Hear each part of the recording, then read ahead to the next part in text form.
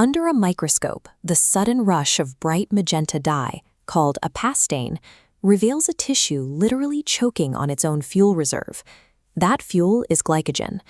Patients with a glycogen storage disease share this exact cellular buildup, yet their visible symptoms share almost zero overlap.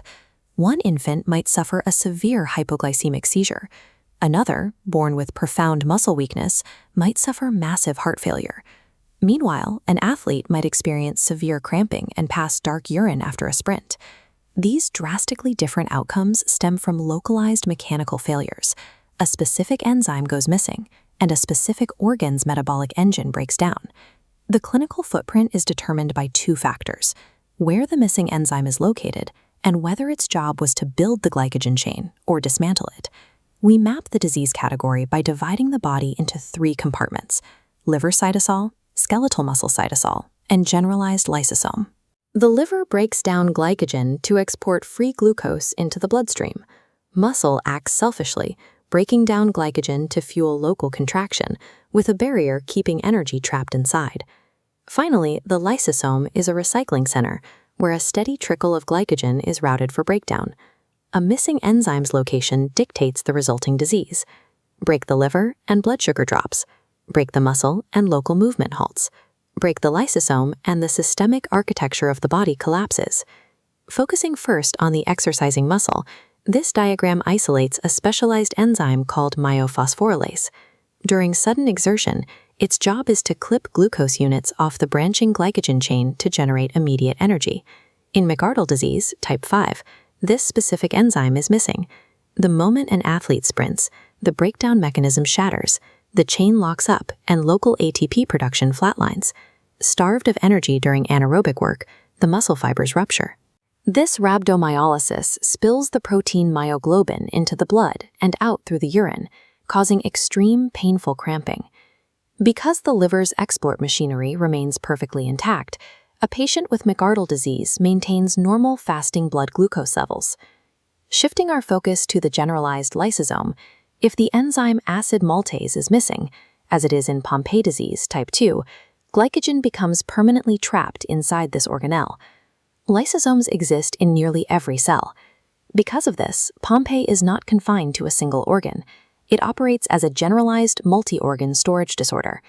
As the lysosomes progressively swell, they mechanically destroy surrounding tissue. When this happens in cardiac muscle, it causes massive cardiomegaly, rapidly leading to fatal heart failure in infancy. Types 2 and 5 show that if a patient's fasting blood glucose is normal, the metabolic failure is occurring outside the liver cytosol. Returning our attention to the liver, this diagram charts the two normal pathways for maintaining fasting blood sugar: break down glycogen from the top, or synthesize new glucose from amino acids and lactate at the bottom. Both routes converge on a single checkpoint molecule, glucose 6-phosphate. An enzyme called glucose 6-phosphatase acts at the vital export gate. It removes the attached phosphate molecule, allowing free glucose to cross the cell border and enter the blood. Von Guericke disease, type 1, is defined by the loss of this specific gatekeeper. Without it, the export gate snaps shut. Glucose 6-phosphate from both upstream pathways crashes into the closed gate and pools in the cytosol. Neither stored glycogen nor newly synthesized glucose can reach the bloodstream. The immediate consequence is profound, life-threatening fasting hypoglycemia. The trapped glucose 6-phosphate concentration buildup forces the molecule down alternative biochemical pathways.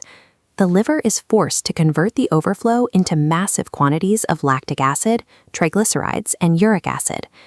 Because the block occurs at the absolute final step, Von Guericke neutralizes every backup system the liver has.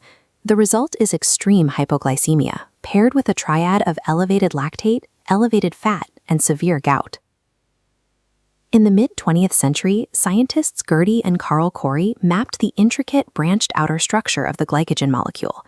Their work isolated a different kind of metabolic block, Corey disease, or type 3. In type 3, the primary phosphorylase enzyme works fine, but the debranching enzyme fails. Breakdown halts at a branch point, leaving behind stubborn core structures known as limit dextrins. But notice the bottom route of our diagram. While glycogen breakdown is stunted, the downstream export gate and the entire gluconeogenesis pathway remain unaffected. Gluconeogenesis continues synthesizing new glucose, preventing severe hypoglycemia. And because there is no blockade at the final export gate, glucose 6-phosphate never backs up into the cytosol. In an infant with an enlarged liver and hypoglycemia, blood lactate reveals the specific point of failure. Sky-high lactate confirms the final export gate is locked shut in von Gierke. Normal lactate indicates the gluconeogenesis rescue pathway is still flowing freely in Corey disease. Anderson disease, type 4, reverses the logic of every other condition we've discussed. Here, the problem is not a failure of breakdown, but a failure of synthesis. Normally, a branching enzyme ensures glycogen is tightly packed and highly soluble. When this enzyme is missing, the liver produces long, rigid, unbranched polymer chains. The liver cannot process or easily mobilize this semi-crystalline structure. It treats the rogue molecule as a foreign body, launching an aggressive inflammatory attack against its own tissue. Progressive scarring chokes the liver cells. The resulting infantile cirrhosis is rapid, severe, and typically fatal in early childhood. Hypoglycemia only appears late in Anderson disease, once the liver is already destroyed. The true threat is the structural devastation caused by synthesizing the wrong-shaped molecule. We can consolidate these rules by mapping clinical data across the muscle, the lysosome, and the liver. Filter the outliers first. Exercise-induced cramps and myoglobinuria point to the muscle, type Phi. A massive heart and hypotonia point to a lysosomal defect, type 2. If symptoms map to the liver, check for early cirrhosis. This indicates a structural synthesis defect, type 4. The final two liver defects separate by blood lactate. Elevated lactate signifies the export block of type 1. Normal lactate confirms localized failure in type 3. Biochemistry obeys strict physical and mechanical rules. When you map where a specific molecular gate is jammed, whether it is myophosphorylase, acid maltase, or the final glucose export gate, the narrative becomes clear. The symptoms cease to be a list of abstract names. They become the inevitable logical output of a specific broken machine.